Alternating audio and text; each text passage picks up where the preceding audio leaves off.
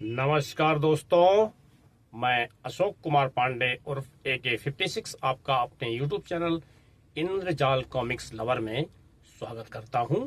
दोस्तों, मैं अपने चैनल में इंद्रजाल कॉमिक्स की पुरानी बहुत पुरानी दोस्तों, इतनी पुरानी कि अब मिलना भी मुश्किल है, देखना तक मुश्किल है। दोस्तों, मैं आपको दिखाता हूं और अभी मैं खरीद भी रहा हूं दोस्तों। और दोस्तों, मैंने 7 इंद्रजाल कॉमिक्स अभी मंगाई हैं, जो कि 100 से लेके 108 तक की हैं, 109 तक की हैं। उसमें से 2 बीच की मेरे पास थी पहले से, यानी कि 100 से लेके 109 में 2 मेरे पास थी दोस्तों। और सब ये जो है मैंने मंगाई हैं दोस्तों अभी, और बहुत पुरानी है दोस्तों, बड़ी मुश्किल से मिली हैं। और लगातार मैं 803 करने की कोशिश कर रहा हूँ दोस्तों। और दोस्तों, ये मैं आपको अनबॉक्सिंग करके दिखाता हूँ। इसकी अनबॉक्सिंग मैं करके भी दिखाऊंगा 1-2 दिन में। और दोस्तों, इसके अलावा मैं इंद्रजाल कॉमिक्स की रीडिंग करता हूँ, सब पुरानी जितनी सबकी। और दोस्तों, कुछ हम शेयर करते हैं बचपन की यादें इंद्रजाल कॉमिक्स की। तो दोस्तों, इसी क्रम में आज मैं जिस इंद्रजाल कॉमिक्स को रीडिंग करने जा रहा हूँ उसका नाम है भरत बाहुबली। तो दोस्तों, ये इसकी संख्या है 368 दोस्तों। 1981 में ये प्रकाशित हुई थी, आज से 45 साल पहले दोस्तों। तो बहुत पुरानी है दोस्तों, ये 45 साल पुरानी का मतलब काफ़ी पुरानी है। तो दोस्तों, इसकी रीडिंग हम करने जा रहे हैं। उस समय दोस्तों इसका मूल्य 1 रुपये 50 पैसे था, 1 रुपये 50 पैसे मूल्य था। और आज ये दोस्तों ये हज़ारों मिलेगी। तो दोस्तों, इसकी रीडिंग हम करते हैं। आइए पहले रीडिंग करते हैं, फिर बात करेंगे दोस्तों। आइए।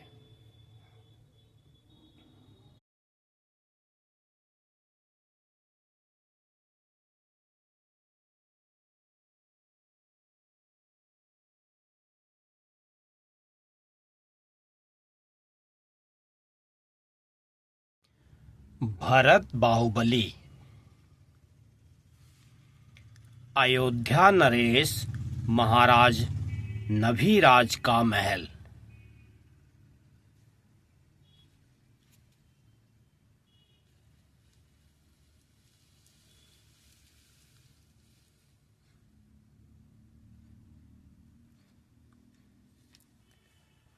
महाराज और महारानी मरुदेवी अपने पुत्र ऋषभदेव की बाल लीलाओं को प्रसन्न मुद्रा में देखते हुए ऋषभदेव के युवावस्था में पहुंचने पर महाराज नभीराज ने यशस्वती और सुनंदा नामक 2 सुंदर युवतियों से उनका विवाह कर दिया। कुछ समय बाद यशस्वती ने भरत को जन्म दिया और सुनंदा ने बाहुबली को। यशस्वती के 99 और पुत्र हुए। उन्होंने एक पुत्री ब्राह्मी को भी जन्म दिया।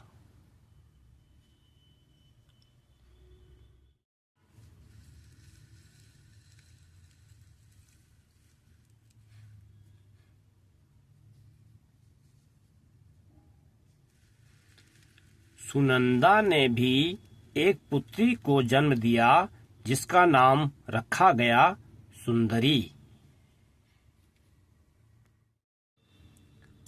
वह दाएं हाथ से ब्राह्मी को अ आ लिखा रहे हैं और बाएं हाथ से सुंदरी की गिनतियां।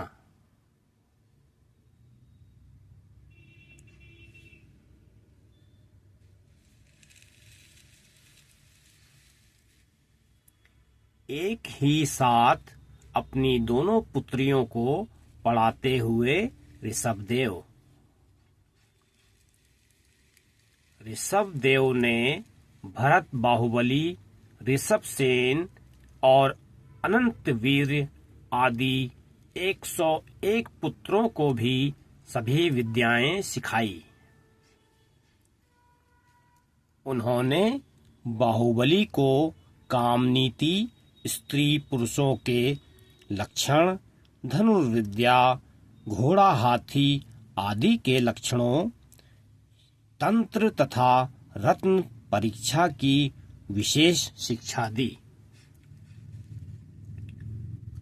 अब उस बिंदु पर निशाना लगाओ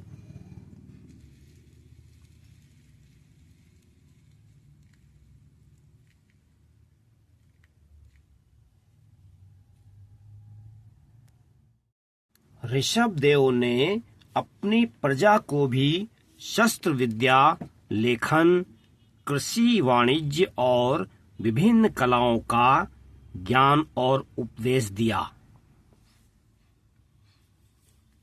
इसीलिए ऋषभदेव भगवान प्रजापति आदि, ब्रह्मा, विधाता, युग, सृष्टा आदि नामों से पुकारे जाने लगे।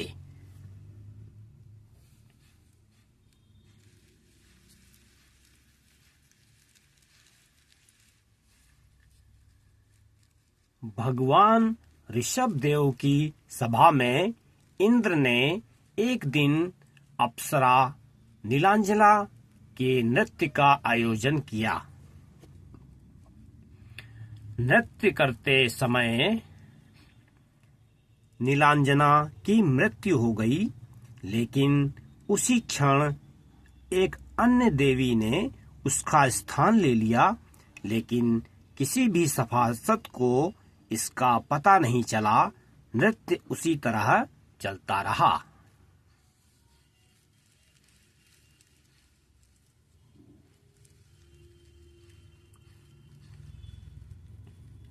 किंतु भगवान की दिव्य दृष्टि से कुछ न छुपा था।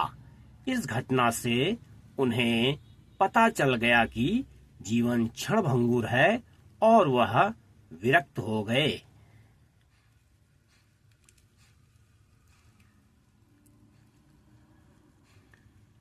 भगवान ऋषभदेव ने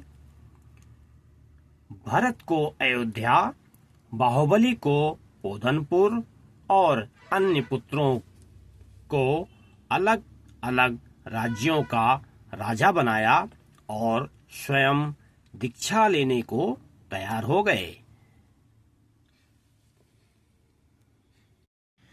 एक दिन 3 संदेशवाहकों ने महाराज भरत को 3 अलग अलग शुभ समाचार दिए। भगवान जगत गुरु ऋषभदेव को केवल ज्ञान प्राप्त हो गया है। महाराज, आपको पुत्र रत्न की प्राप्ति हुई है।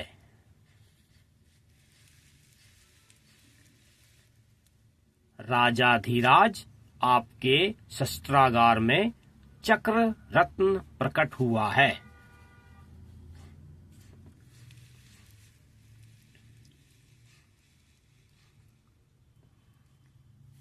तीनों समाचारों को एक साथ सुनकर महाराज भरत सोचने लगे, पहले कौन सा उत्सव मनाया जाए।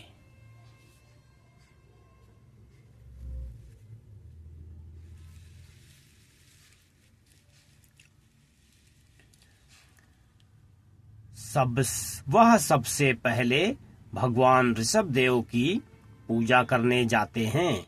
वहीं पर उनके दूसरे भाई ऋषभसेन आकर भगवान से दीक्षा लेकर प्रथम मणधर हो जाते हैं।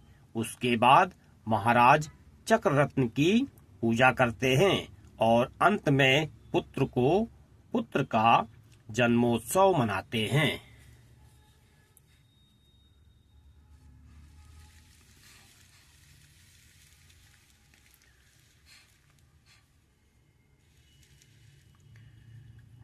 चक्र रत्न को लेकर महाराज भरत दिग्विजय पर निकल पड़ते हैं। वह चक्र रत्न को अपने आगे रखते हैं। सम्राट भरत पृथ्वी के 6 भागों और 10 दिशाओं को जीतकर अयोध्या लौटे। अरे, यह क्या हुआ?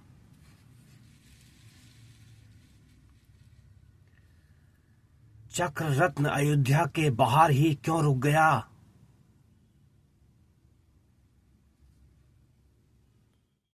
सम्राट ने अपने पुरोहित से पूछा, चक्र रत्न के रुक जाने का क्या कारण हो सकता है?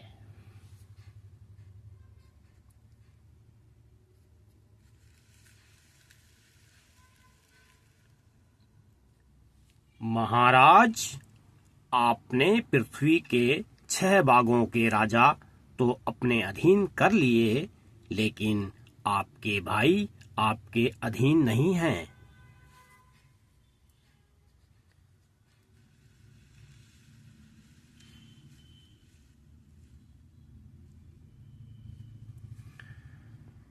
अपने मंत्रियों के परामर्श पर सम्राट अपने सभी भाइयों के पास दूत भेजते हैं। दूत ने लौटकर कहा,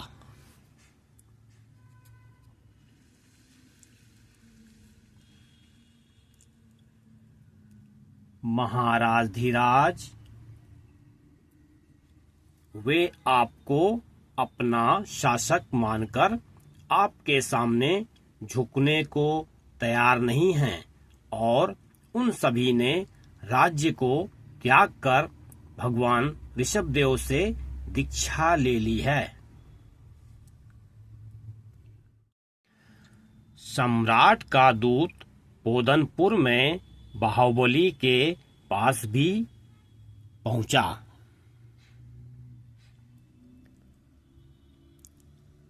अब आपको सम्राट भरत को राजा धीराज मानकर उन्हें प्रणाम करना होगा।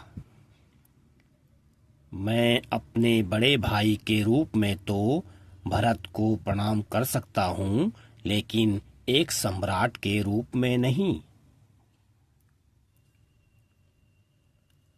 अच्छा, तो वह पिताजी द्वारा मुझे दिए गए राज्य को हड़पना चाहता है। ठीक है, युद्ध भूमि में ही फैसला करूंगा। बाहुबली और सम्राट भरत अपनी अपनी सेनाएं लेकर युद्ध भूमि में पहुंच जाते हैं।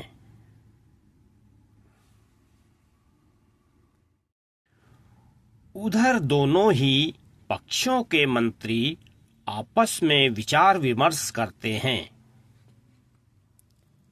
अरे, इन दोनों भाइयों को तो इसी जीवन में मोक्ष प्राप्त होना है, इनकी मृत्यु तो होनी नहीं चाहिए।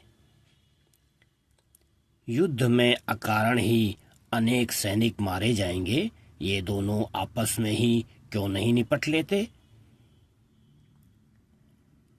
आओ, हम दोनों से यही निवेदन करते हैं। स्वामी, आप दोनों आदि ब्रह्मा भगवान ऋषभदेव के पुत्र हैं, इसलिए बेहतर यही है कि युद्ध में सेनाओं का रक्त बहाने की बजाय आप आपस में ही धर्म युद्ध कर फैसला कर लें। आप में से जो भी दृष्टि युद्ध, जल युद्ध और मल्ल युद्ध तीनों में विजयी होगा, वही सम्राट बनेगा। बहुत ही अच्छा सुझाव है, मैं स्वीकार करता हूँ। मुझे भी स्वीकार है।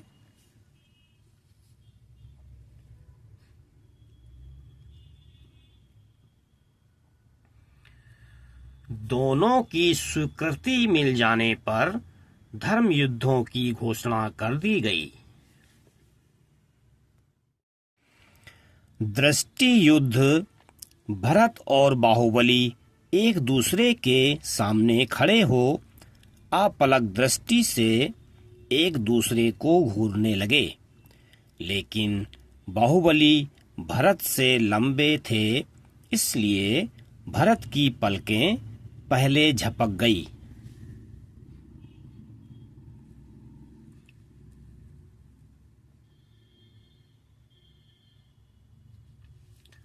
और भरत को पराजित घोषित कर दिया गया।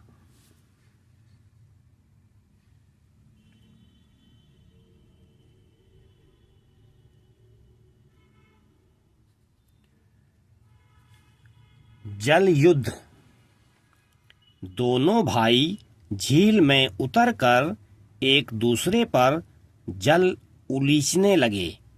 इस बार भी कद में छोटा होने के कारण भरत पर पानी के थपेड़े कहीं अधिक और जबरदस्त लगे और वह बेचैन हो उठे।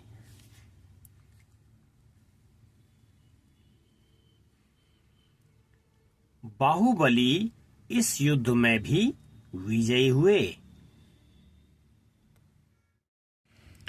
और फिर मल्ल युद्ध शुरू हुआ।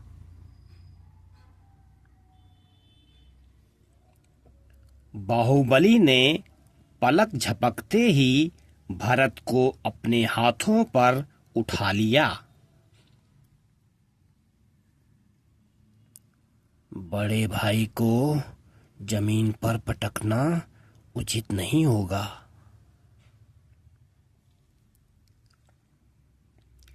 यह सोचकर बाहुबली ने भरत को अपने कंधों पर बिठा लिया। जय जयकार, जय जयकार, जय जयकार। यह देखकर देवताओं ने हर्ष विभोर हो बाहुबली की जय जयकार कर उन पर फूल बरसाने शुरू कर दिए। इसके बाद बाहुबली ने भरत को अपने कंधे से उतारकर ऊंचे आसन पर बैठा दिया। लेकिन अपनी पराजय से अपमानित और क्रुद्ध भरत ने बाहुबली पर प्राणघातक चक्र चला दिया।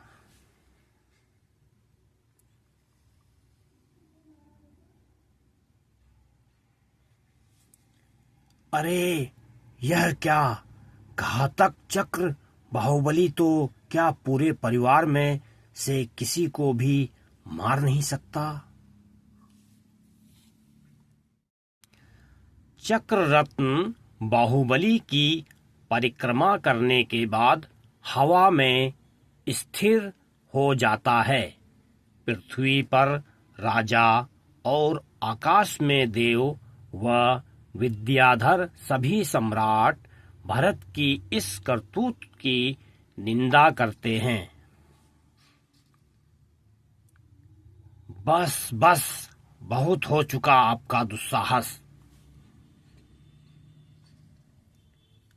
अरे, यह तुमने क्या किया?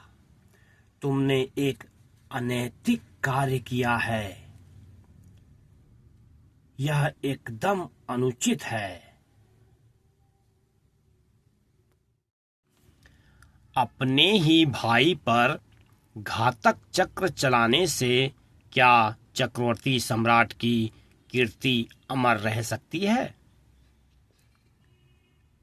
आप जानते हैं कि घातक चक्र अपने वंशज पर चलता ही नहीं है। धिक्कार है ऐसे साम्राज्य और वैभव को जो भाई भाई के प्रेम को ही समाप्त कर देता है। फिर आपने ऐसा क्यों किया? क्या यह साम्राज्य और राज्य संपदा अजर अमर है?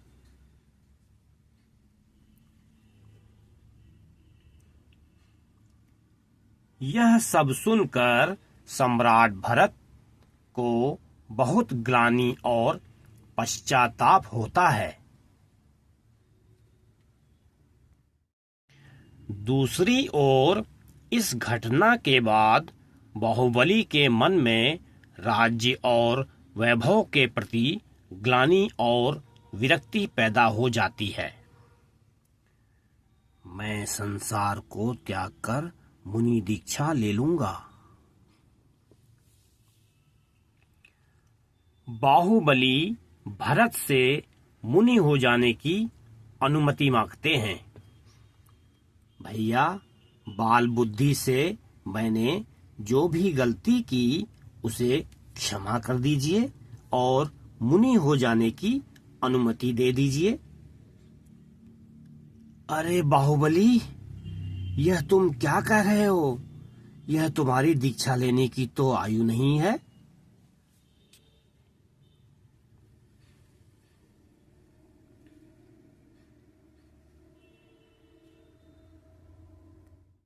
लेकिन बाहुबली सबसे विदा लेकर वन में चले जाते हैं और मुनि बनकर 1 वर्ष के लिए ध्यान में खड़े हो जाते हैं।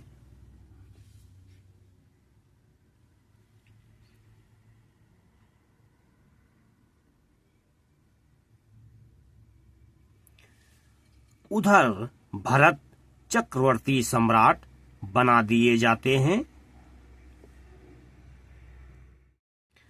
महामुनि बाहुबली कई महीने तक खड़े खड़े ध्यान करते रहे। सांप उनके चरणों के समीप ही बाम्बियां बना लेते हैं। अरे अरे, मुझे तो बड़ा डर लग रहा है।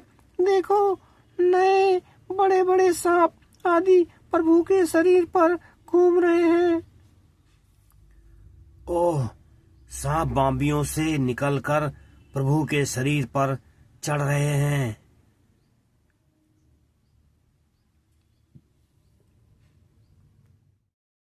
प्रभु के शरीर पर लताएं भी चढ़ गई हैं और उनमें चिड़ियों ने घोंसले बना लिए हैं।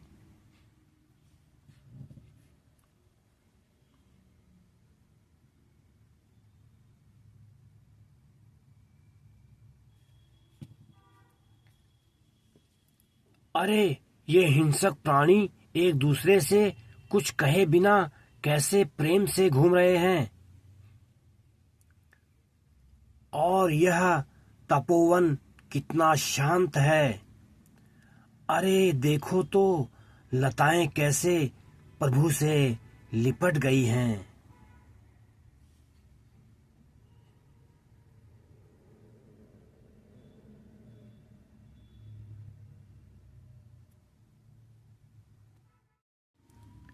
विद्याधरों के विमान आकाश में रुक जाते हैं और प्रभु के दर्शन करने के लिए नीचे उतर आते हैं। अद्भुत! शेर का बच्चा गाय का दूध पी रहा है और उधर देखो, शेरनी गाय के बछड़े को दूध पिला रही है।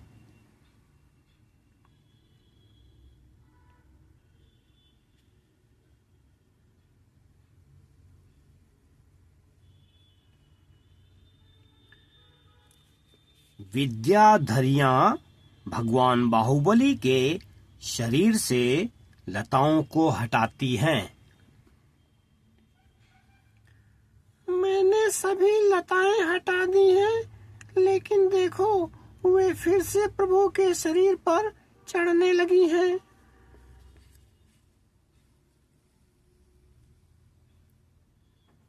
आओ, उन्हें फिर हटा दें।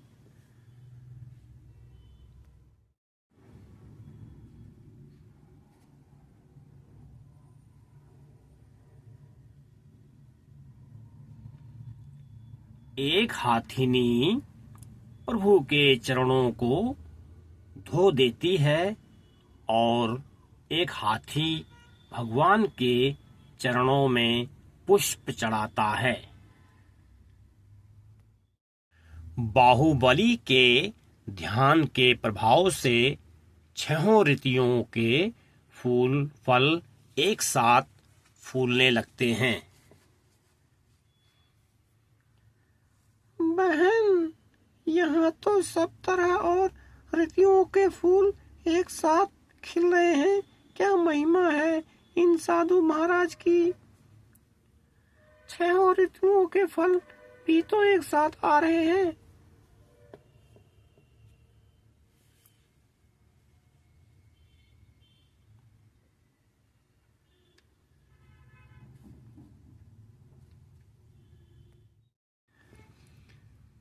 प्रभु की शांत मुद्रा देखकर सांप और मोर भी अपनी शत्रुता भूलकर साथ साथ नृत्य करने लगते हैं। देखो, यह बड़े बड़े सांप कैसे नृत्य कर रहे हैं और उनकी मणियां कैसे चमक रही हैं और प्रभु के सामने नाचते हुए यह मोर कितने सुंदर लग रहे हैं।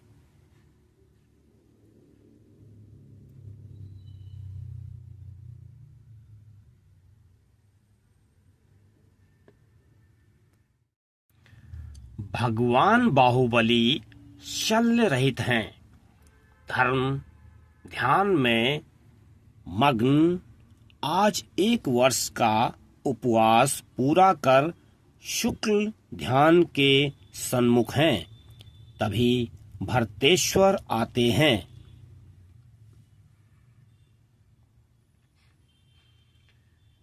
धन्य हो महामुनि बाहुबली, धन्य है आपका ध्यान और धन्य है आपका त्याग तपश्चरण।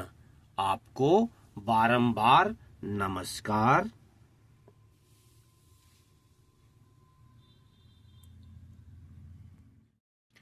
बाहुबली के मन में कभी कभी यह आशंका पैदा होती थी कि भरत को मुझसे दुख पहुंचा था, लेकिन भरत के पूजा करते ही यह आशंका दूर हो गई और उन्हें केवल ज्ञान प्राप्त हो गया।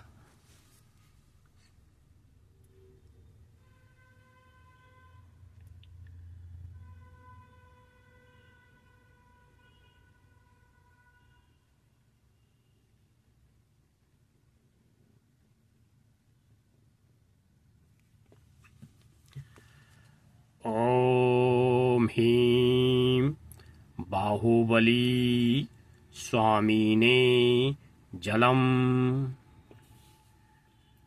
तभी देवों ने आकर रम्स बना दी जहां से वह उपदेश दे सकें।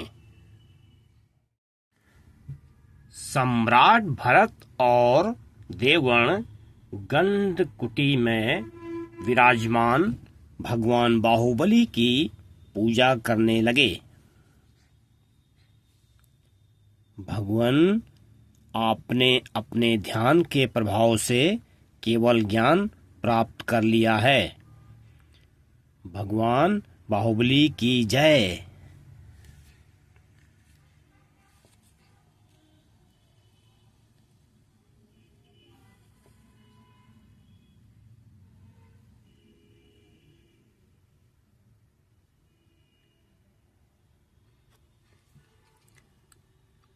भगवान बाहुबली की वाणी को देव, मनुष्य, पशु, पक्षी सभी सुनते हैं।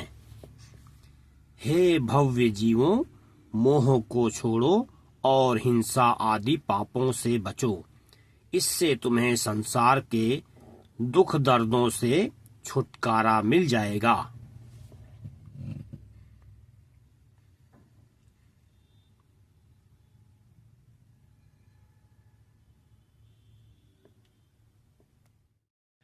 भगवान बाहुबली का श्री विहार इंद्र और अन्य देवगण आगे आगे चलते हैं।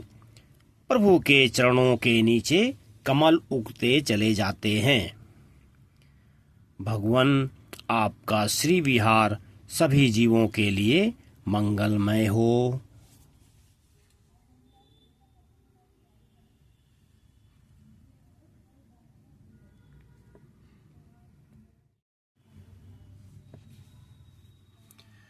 कुछ दिन बाद भगवान बाहुबली कैलाश पर्वत पर भगवान आदिनाथ की सभा में पहुंच जाते हैं। भगवान ऋषभदेव की जय, भगवान बाहुबली की जय।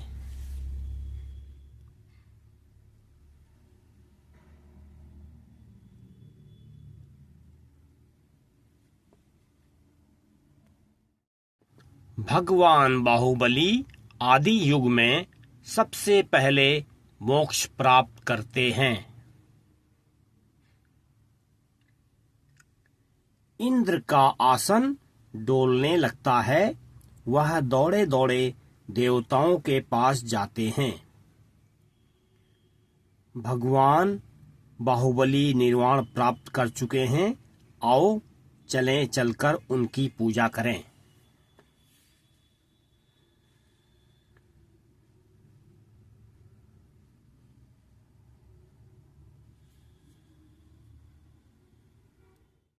देव अग्नि कुमार अपने मुकुट से अग्नि निकालकर प्रभु के शरीर का संस्कार करता है।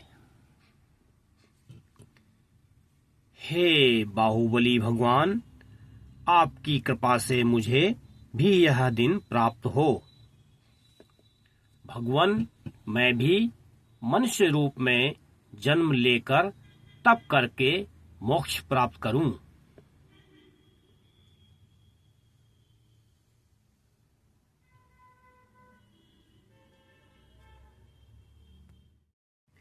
उसके बाद सम्राट भरत ने पोदनपुर में बाहुबली की 525 धनुष ऊंची मूर्ति स्थापित कराई।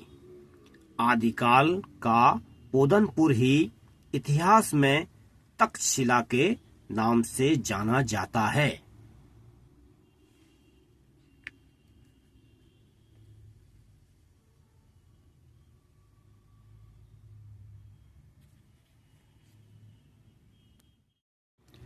यह घटनाएं 981 की हैं।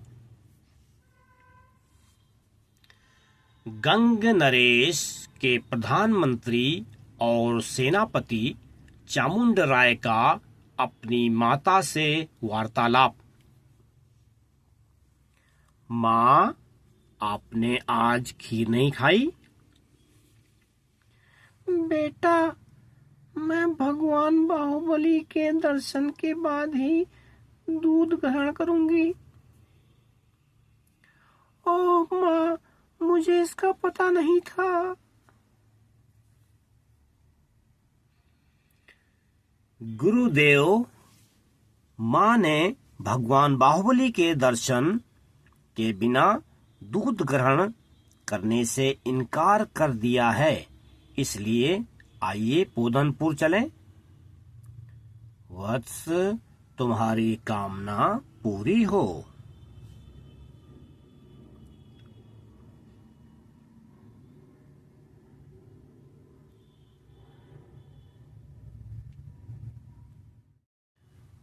मुनि नेमिषचंद्राचार्य के नेतृत्व में सेनापति चामुंडाराय संघ सहित पोदनपुर के लिए चल दिए।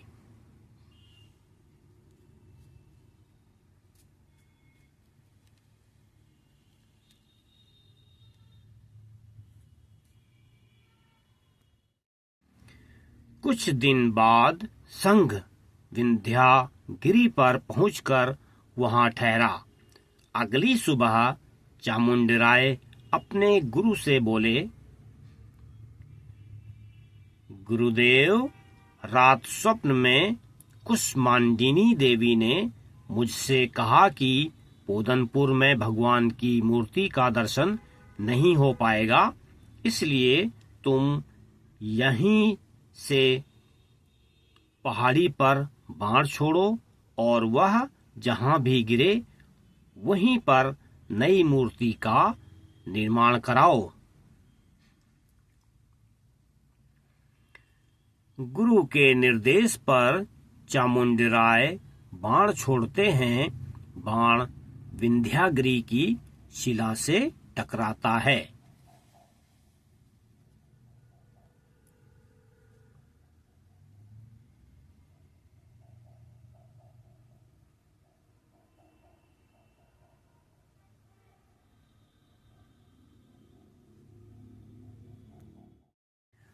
उसी शिला को काट काट कर भगवान बाहुबली की मूर्ति का रूप दिया गया।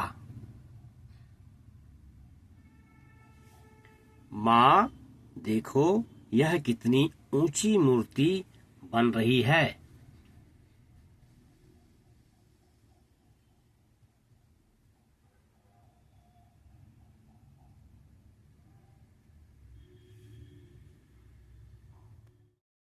मूर्ति बनकर तैयार हो जाने पर गुरु को दिखाते हैं। गुरुदेव देखिए, कितनी सुंदर मूर्ति है। हे वत्स, ऐसा लगता है स्वयं भगवान बाहुबली ही खड़े हों।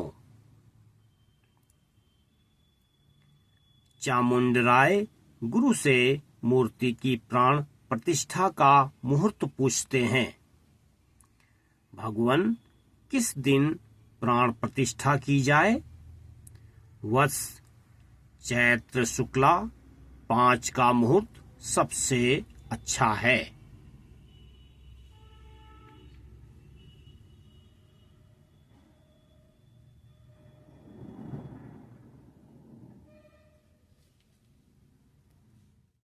भगवान बाहुबली की प्रतिष्ठा के समारोह में भाग लेने के लिए लाखों नर नारी उमड़ पड़े।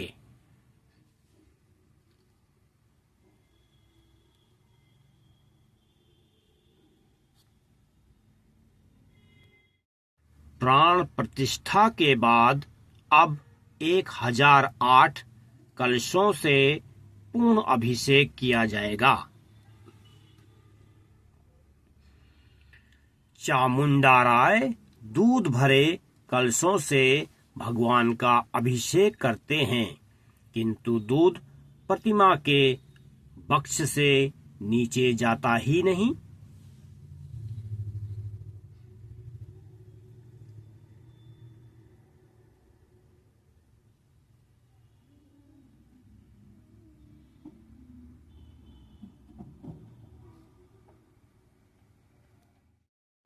चामुंड राय चिंतित हो उठे। क्षमा करो प्रभु। तभी एक बुढ़िया आकर ऊपर जाने की अनुमति मांगती है। भैया, मुझे भी अभिषेक करने की अनुमति दे दो।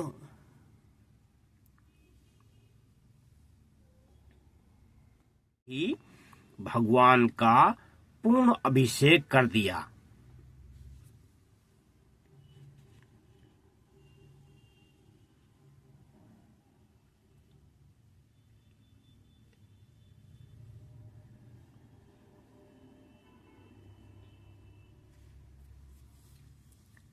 अरे देखो तो, एक लुटिया दूध की धारा रुक ही नहीं रही।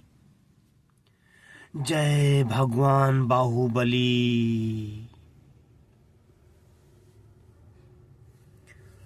उस छोटी सी लुटिया से निकला दूध ही पहाड़ की तलहटी तक बह आया और उसी से दूध का सरोवर बन गया।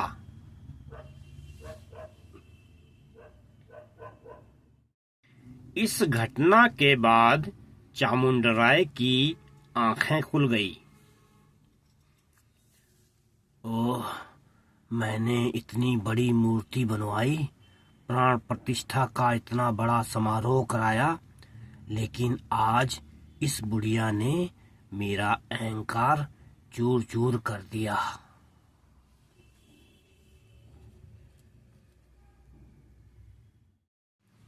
श्री नेमी चंद्राचार्य का उपदेश।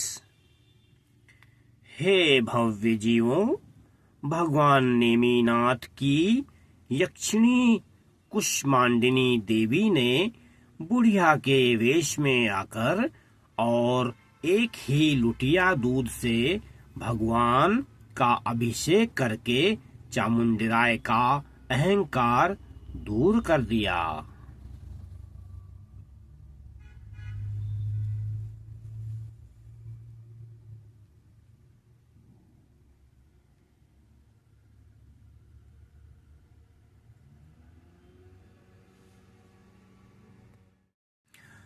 वह बुढ़िया गुल्ली का इज्जी नाम से प्रसिद्ध हुई और गुरु की आज्ञा से चामुंडराय ने उसकी भी मूर्ति बनवाई।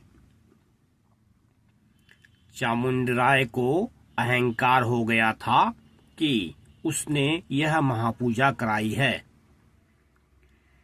लेकिन कुष्मांडिनी शासन देवी ने बुढ़िया के वेश में चमत्कार दिखाकर उस अहंकार को चूर चूर कर दिया।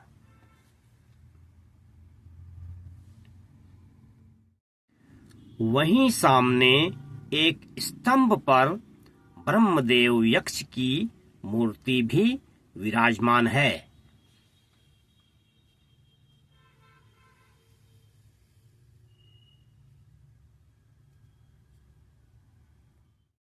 चामुंडराय अपनी माता, पत्नी और पुत्र के साथ भगवान बाहुबली की स्तुति करते हैं।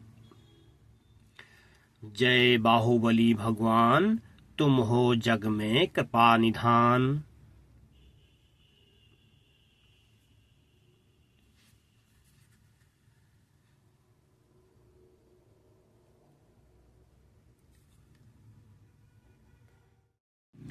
चामुंडराय के घर का नाम गोमठ था, इसलिए गुरुदेव ने भगवान बाहुबली को भी गोमटेश्वर कहकर उनकी स्तुति की। श्री गोमटेशम प्रणमामि ऋचम।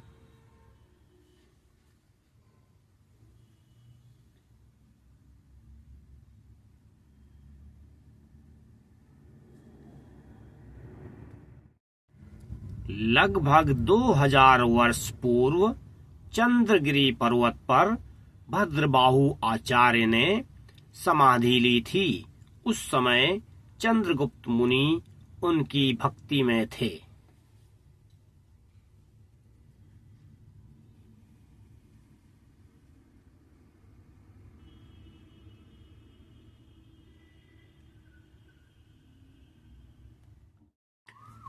मौर्य वंश के अंतिम सम्राट चंद्रगुप्त मुनि अवस्था में गुरु की समाधि के बाद उनके चरणों की भक्ति में संलग्न हैं। हे गुरुदेव, आपके श्री चरणों में शतशः नमोस्तु। सन 981 से लेकर आज तक प्रतिदिन भगवान बाहुबली के श्री चरणों का अभिषेक सभी लोग करते हैं। ओम ह्रीं श्री क्लीं अहीं श्री बाहुबली स्वामीनं दुग्धेन अभिषेक चयमी स्वाहा।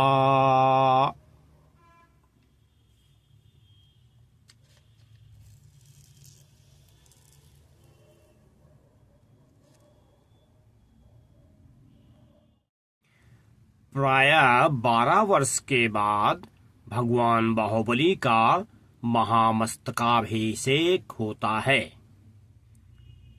जय हो भगवान बाहुबली की जय हो। जय हो भगवान बाहुबली की जय हो।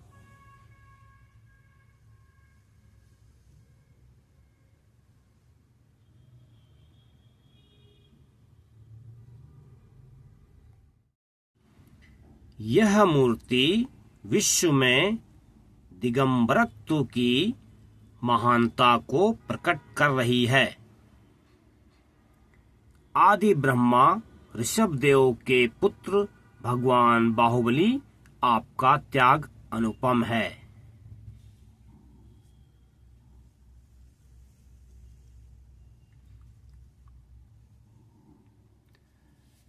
हजार वर्ष हो गए, आज तक यह मूर्ति सबको यह बताती है, यदि सुख शांति चाहते हो तो त्याग का मार्ग अपनाओ।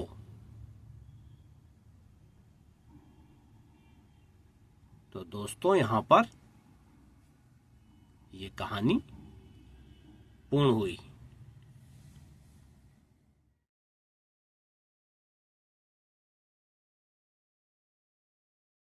तो दोस्तों, मैंने अभी पढ़ के सुनाई आपको भरत बाहुबली, भारत की जो ऐतिहासिक घटना पर आधारित है दोस्तों ये कॉमिक्स। इसको इंद्रजाल कॉमिक्स में दोस्तों प्रकाशित किया गया था। और जबकि इंद्रजाल कॉमिक्स में बेताल, बहादुर, मैड्रैक इस तरह के कैरेक्टर होते थे, लेकिन दोस्तों इसके साथ ही कुछ अन्य भी विषयों को लिया गया, जिसमें से कुछ धार्मिक थे, जैसे महाभारत, रामायण और ये भरत बाहुबली, और दोस्तों कुछ वॉर कॉमिक्स भी इसमें ली गई थी। तो दोस्तों, भरत बाहुबली की कहानी ये है कि दो भाई होते हैं, भरत और बाहुबली। तो दोस्तों, उनके पिता जो हैं, जब आयु में आ जाते हैं ज़्यादा, तो अपने राज्य को अपने सभी पुत्रों में बांट के वो अपना तपस्या को चले जाते हैं। तो दोस्तों, कुछ राज्य भरत को मिलता है, कुछ बाहुबली को मिलता है और सबको मिलता है। तो एक दिन दोस्तों होता है कि भरत के जो शस्त्रागार होता है उसमें एक चक्र प्रकट होता है। चक्र, इसका मतलब होता है दोस्तों कि चक्र प्रकट हुआ तो आपके पास शक्ति आ गई, उस चक्र से कुछ भी कर सकते हैं आप। तो दोस्तों, तो राजा सोचता है कि हम क्या करें। तो दोस्तों वो विश्व विजय अभियान पर निकलता है, जैसे कि पूरे विश्व को विजय करने के लिए, सभी राजाओं को अपने अधीन करने के लिए। तो दोस्तों, इसके लिए वो एक घोड़ा छोड़ता है और ये घोषणा होती है कि जो कोई घोड़े को हमसे मुकाबला करना चाहता है, घोड़े को पकड़ ले और हमसे मुकाबला करे, नहीं तो हम घोड़े को जाने देंगे, जो भी तो माना जाएगा कि हमारे अधीन वो रहना चाहते हैं। तो दोस्तों, इस तरह से पूरा जो है पृथ्वी को वो जीत कर वापस आते हैं। लेकिन जब अयोध्या आते हैं दोस्तों, तो चक्र अयोध्या के अंदर आता ही नहीं है, वहीं रुक जाता है। तो भरत जो है ज्ञानी लोगों से पूछते हैं कि ये क्या हो गया, चक्र क्यों नहीं आ रहा अंदर। तो लोग बताते हैं कि आपने सब तो जीत लिया, लेकिन भरत ने अभी आपकी बाहुबली ने आपकी अधीनता स्वीकार नहीं की है। दोस्तों, भरत बड़े भाई थे और बाहुबली छोटे भाई थे। तो भरत जो है अपने दूत को भेजते हैं बाहुबली के पास कि हमारी अधीनता स्वीकार करो तो हमारा यज्ञ पूरा हो। तो लेकिन भरत जो है वो कहता है कि हम ये नहीं कर सकते, एक बड़े भाई होने के नाते भरत की हम इज्जत करते हैं, सब कुछ करते हैं, लेकिन अगर अधीनता की बात आती है तो हम अधीनता स्वीकार नहीं करेंगे। तो दोस्तों, इस तरह कह के फिर वो कहते हैं कि ठीक है, अब हमारा सेना युद्ध के बाद ही फैसला होगा। दोनों की सेनाएं दोनों आमने सामने आती हैं दोस्तों। वहां पे दोनों साइड के मंत्रीगण ये देखते हैं कि दो भाई के मामले में बहुत खून खराबा हो जाएगा। तो दोस्तों, वो लोग आपस में विचार करते हैं कि भरत और बाहुबली आपस में ही युद्ध करके फैसला कर लें। ये बात दोस्तों बताई जाती है भरत बाहुबली को, दोनों बिल्कुल राजी हो जाते हैं इसके लिए। तो इसमें दोस्तों कई युद्ध होते हैं, जैसे पलक एक दूसरे को देखना, और जिसकी पलक पहले झपक गई वो हार जाएगा। दूसरा, पानी में युद्ध, पानी उलझा जाता है, जिसने हार मान ली वो हार जाता है, जिसके ऊपर पानी ज्यादा चला गया वो हट गया मैदान से तो हार जाता है। और दोस्तों तीसरा होता है मल्ल युद्ध, यानी कुश्ती टाइप की, ताकत वाली। और इस तरह से दोस्तों दोनों में ये सभी युद्ध हुए, और सभी युद्धों में दोस्तों छोटा भाई बाहुबली विजयी होता चला गया दोस्तों। और दोस्तों मल्ल युद्ध में उसने उसको उठा लिया था अपने बड़े भाई को पटकने के लिए, हराने के लिए।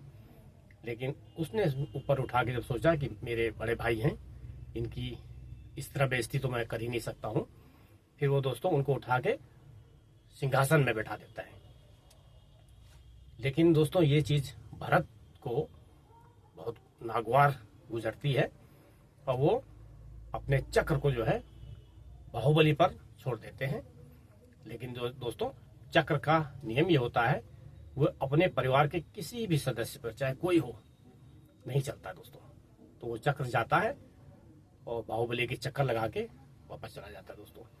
तो दोस्तों ऐसा होता है, चक्र जो है परिवार पे नहीं चलता है। तो उसको ये बोला जाता है भरत को कि तुम कैसे मूर्ख हो, तुमको पता नहीं था कि ये चक्र जो है परिवार पे नहीं चलता है, परिवार के किसी सदस्य पे नहीं चलता है, फिर भी तुमने इसका वार करके मूर्खता, क्योंकि सभी देवता भी उसकी निंदा करते हैं दोस्तों। इस तरह दोस्तों जब देखते हैं कि राज्य के लिए इतना लड़ाई झगड़ा हो रहा है, तो बाहुबली सब त्याग के चले जाते हैं दोस्तों तपस्या पे, और 1 साल तक एक पैर पे खड़े होकर तपस्या करते हैं। वहीं पे दोस्तों उनके पैरों के आसपास सब सांप बांबी बना लेते हैं, उनके शरीर में पेड़ पौधे लिपट जाते हैं, और दोस्तों वो लेकिन तपस्या करते ही रहते हैं। और दोस्तों इस तरह से तपस्या करते करते वे एक बहुत बड़े मुनि बन जाते हैं, और उनकी पूरे भारतवर्ष में पूजा होने लगती है दोस्तों। और इस तरह से बाहुबली का नाम आज भी है, जिनका कि आज भी लोग पूजा करते हैं। उनकी बड़ी बड़ी मूर्तियां बनी हुई हैं, जिसकी लोग दूध से अभिषेक करते हैं, और दोस्तों उनकी पूजा खूब होती है। ये कहानी दोस्तों इस कॉमिक्स में है, भारतवर्ष के इतिहास से ली गई है। बहुत शानदार है दोस्तों, पढ़ने में और अच्छा लगता है। तो दोस्तों ये कहानी मैंने आपको अपनी आवाज़ में सुनाई। मैंने सोचा दोस्तों कि इसको भी शामिल किया जाए, कुछ एक्शन से हटके थोड़ा सा धार्मिक पर भी अगर छपी है तो उसको भी पढ़ा जाए। तो दोस्तों इसीलिए मैंने इसको पढ़ा, और कैसी दोस्तों लगी आपको बताइएगा। और मेरे चैनल इंद्रजाल कॉमिक्स लवर को दोस्तों सब्सक्राइब दोस्तों जरूर करिए, बहुत कम सब्सक्राइब हो रहे हैं दोस्तों, और इंद्रजाल कॉमिक्स को बचाना है दोस्तों। तो जो भी इंद्रजाल कॉमिक्स के शौकीन हैं वो चैनल को सब्सक्राइब करेंगे तो हम बहुत दिन तक काम करते रहेंगे दोस्तों। और बिल्कुल सब्सक्राइब कोई करेगा ही नहीं तो फिर माना जाएगा कि कोई रुचि किसी की नहीं है। तो आखिर किसी न किसी दिन आदमी हारता है, तो हम भी ना हार जाए कहीं। इसलिए आप लोग सब्सक्राइब करिए।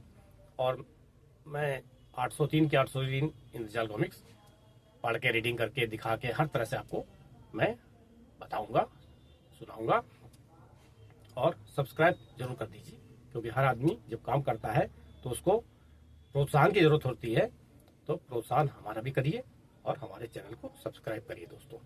जो भी हमारे व्यूअर हैं जिन्होंने सब्सक्राइब नहीं किया है लेकिन वो देखते हैं, तो दोस्तों सब्सक्राइब कर लीजिए, कोई पैसे नहीं लगते हैं। लेकिन हमारी मेहनत है, तो एक सब्सक्राइब हो जाता है तो हमको अच्छा लगने लगता है कि अरे आज 2 हो गए, कल 3 हो गए। जिस दिन नहीं होता है लगता है इतना हमने मेहनत की, किसी ने नहीं किया। लेकिन देखने वाले दोस्तों 300 देख रहे हैं, 600 देख रहे हैं, और लेकिन उतने सब्सक्राइब हुए नहीं हैं।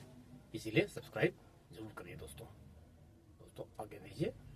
नमस्कार, जय हिंद, वंदे मातरम।